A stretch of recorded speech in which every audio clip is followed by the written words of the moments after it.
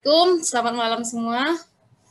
Perkenalkan, saya Yufa Yulinur yang akan sharing session malam ini bersama teman-teman.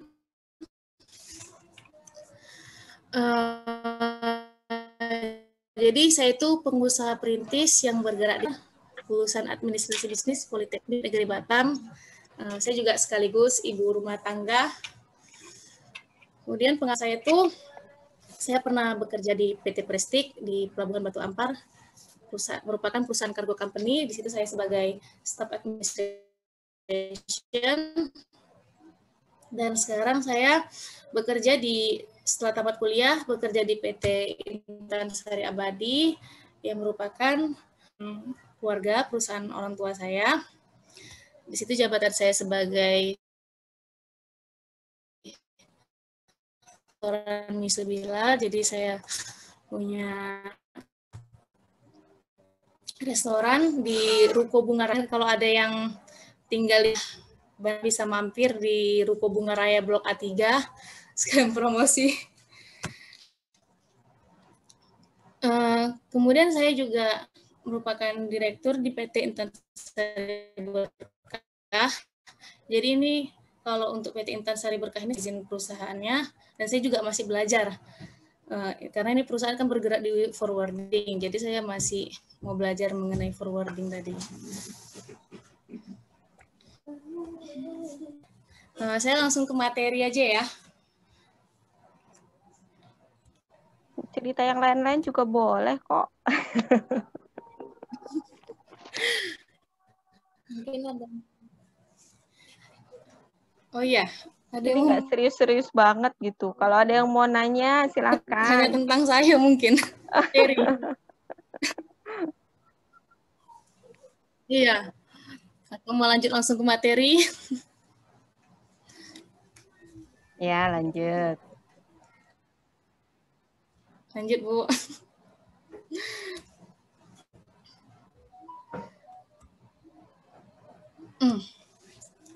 Jadi ini materi saya ini mengenal profesi shipping.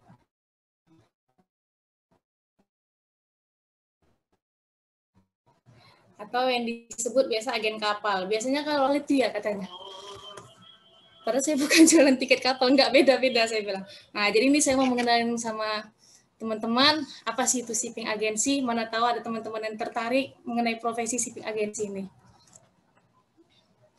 Di sini saya mau mengenalkan kontak perusahaan saya dulu. Mana tahu ada teman-teman di sini yang ada relasinya dengan owner kapal, nah bisa menghubungi kami.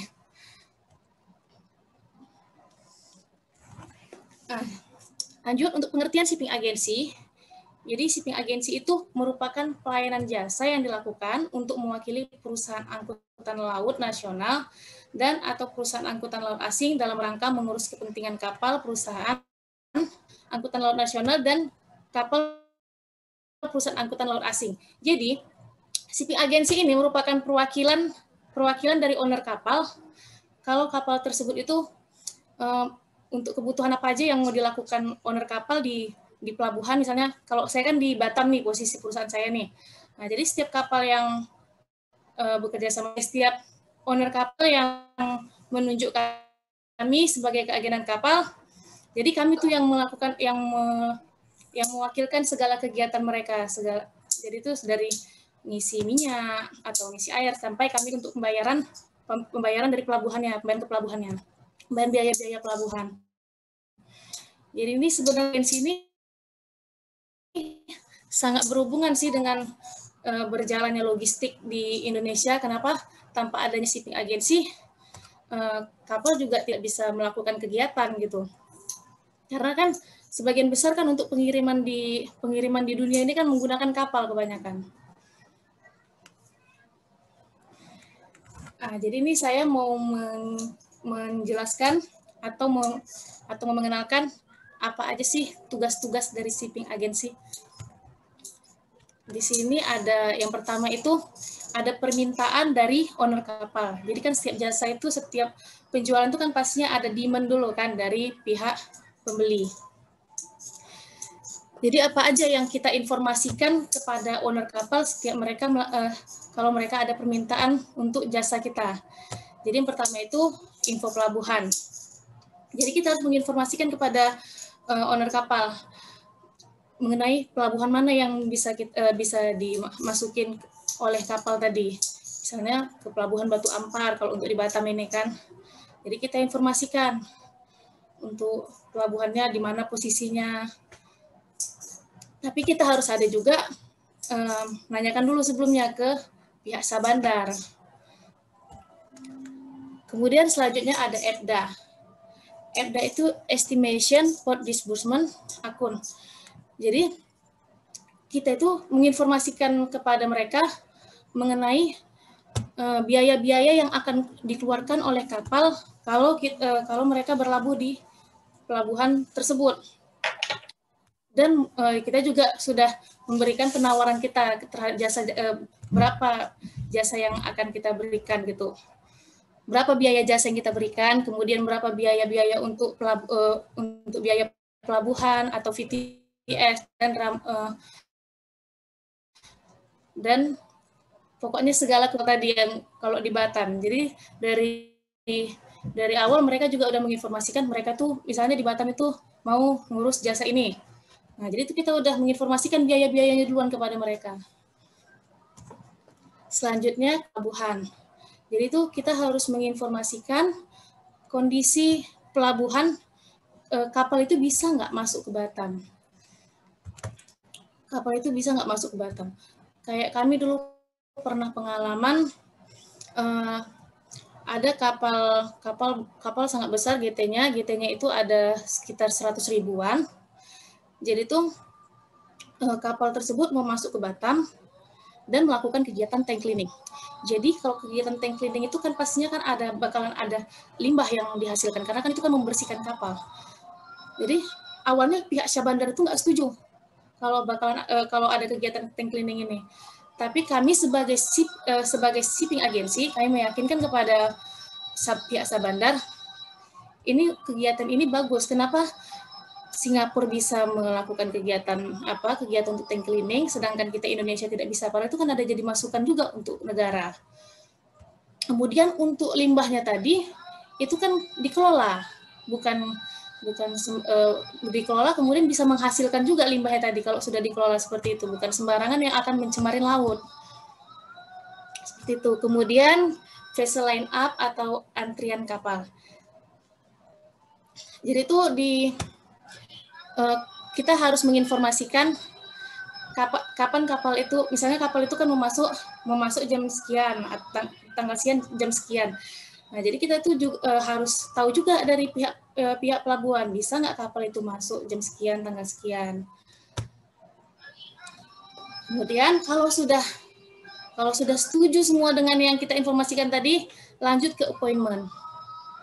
Kalau pihak owner sudah setuju dengan apa kita tadi, dari biayanya, dari kondisi pelabuhannya, dari jam-jam masuknya atau info pelabuhan yang kita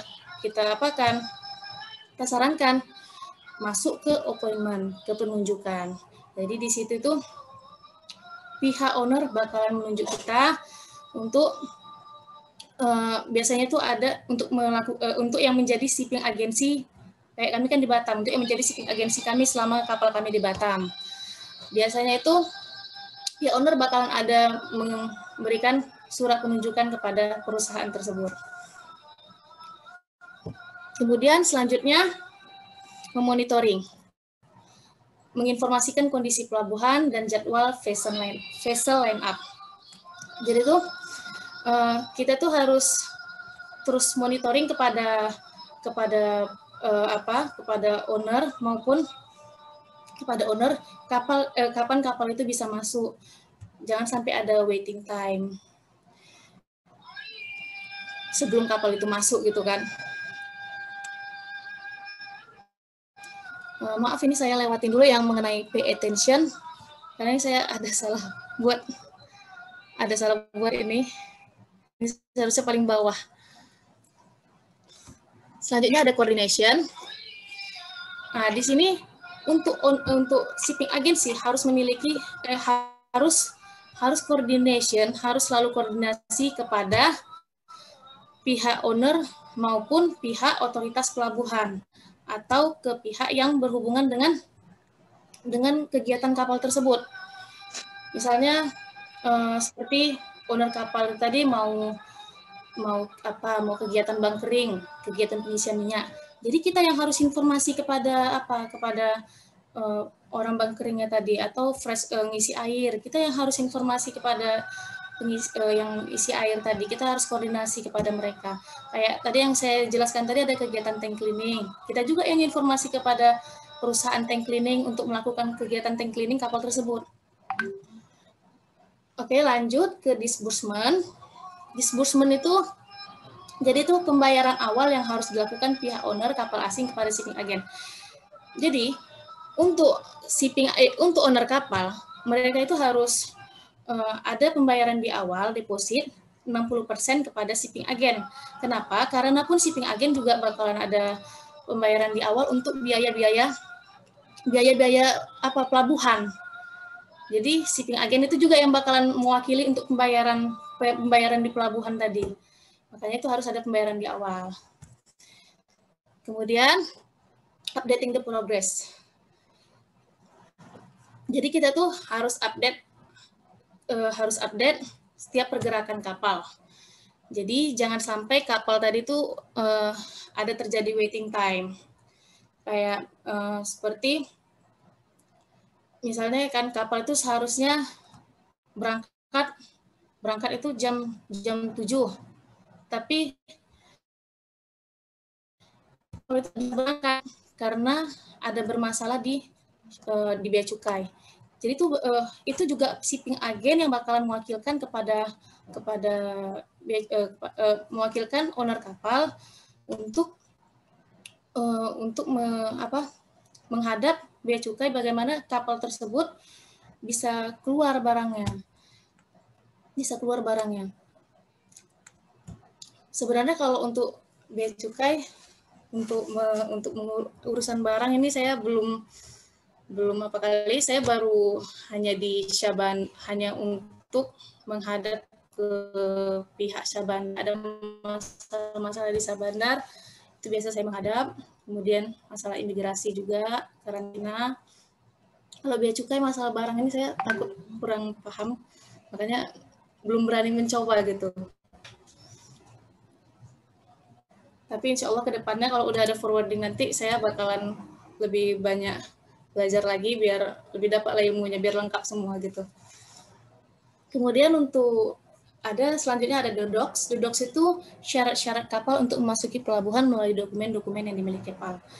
Jadi setiap kapal itu harus ada sertifikatnya. Jadi sertifikat kapal tersebut harus lengkap. Sertifikat ada kapal yang expired. Kalau ada pun sertifikat yang expired, itu nanti dari pihak Syabandar itu bakalan nggak mengeluarkan SIB untuk keberangkatan tersebut. Jadi SIB itu surat izin berlayar. Jadi itu SIB itu merupakan surat terakhir yang dikeluarkan oleh surat terakhir yang diurus shipping agency yang dikeluarkan oleh Syabandar. Itu. Kemudian control and keep informing. Yaitu kan informasi kapal memberikan informasi tiba dan keberangkatan kapal melalui pihak kapal. Jadi kita harus tetap informasi kayak tadi yang harus koordinasi juga ke pihak owner kapal atau pihak nakoda. Jadi kita menginformasikan kepada pihak karantina, imigrasi dan Syabandar untuk keberangkatan dan tiba kapal tersebut. Next. Oke, di sini ada pay attention with detail like vessel husbandry and report. Jadi di sini segala kegiatan kapal itu harus kita layani gitu ya kan. Segala kebutuhan kapal itu harus kita yang mewakilkan. Yang seperti saya sebutkan tadi ada fresh water, pengisian air, kemudian catering, pengisian minyak, supply untuk alat-alat, atau supply untuk barang-barang. Supply untuk makanan pun biasanya kita juga, tapi kebanyakan dari kru kapal itu mereka lebih memilih turun ke darat untuk beli makanan sendiri gitu, kebanyakan seperti itu. Tapi ada juga sih yang minta untuk supply untuk makanan. Kemudian ada crewing itu jadi setiap berkas-berkas atau legalitas dari kru kapal tadi kita juga yang ngurus, seperti buku pelautnya, paspornya untuk dia yang berangkat ke luar negeri atau enggak yang WNA. Kemudian ada report itu laporan kita kepada Syah Bandar, itu biasanya per bulan, sebulan sekali. Jadi kita tuh melaporkan kapal apa aja yang udah kita layanin selama sebulan itu gitu. Jadi setiap bulan harus tetap ada melaporkan ke pihak Syah Bandar. Kemudian ada yang terakhir ada transportasi needs. Transportasi needs ini kebanyakan ini biasanya ini